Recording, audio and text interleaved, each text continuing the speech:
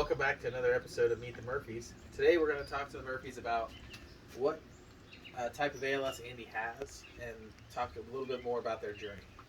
So we're here with Brooke and Andy again. Brooke, what With kind a of... 6-month diagnosis, it was quicker than most. I was diagnosed with bulbar ALS.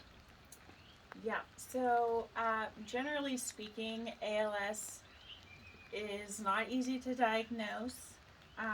Most people, it takes them more than a year to get diagnosed.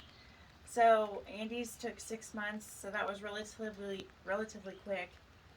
Part of the reason that his was quicker to diagnose is he has bulbar ALS. The neurologist told us that there are two kinds of diagnoses, basically. Bulbar ALS has to do with swallowing, chewing, speaking, breathing, all of this upper stuff.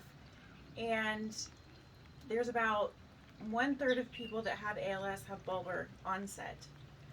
The other 2/3 of people have limb onset, so typically they'll feel heaviness in a hand or a foot, and that's why it takes so long to diagnose, because there are so many other things that it could be. In Andy's case, because he has bulbar onset, it was easy for the doctor to kind of narrow it down and know that's what it was.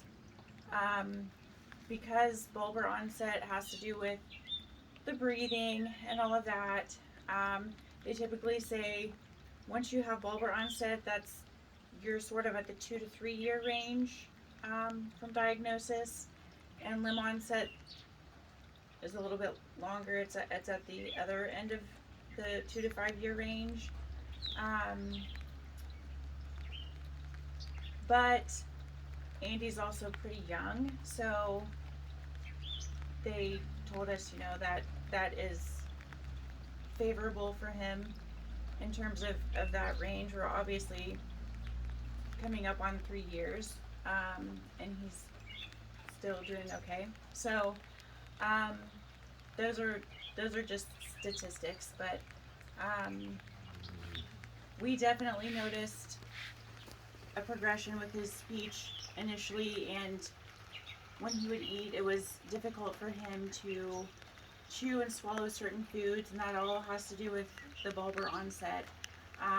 In terms of ALS, everybody sort of ends up with limb and bulbar symptoms. It's just a matter of where it starts. So that was sort of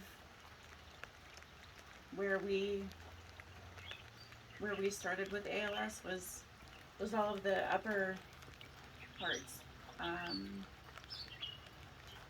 I had no idea. I didn't realize there was different kinds of ALS, but that was great information and good to know. Tune in next week when we continue our conversation with the Murphys.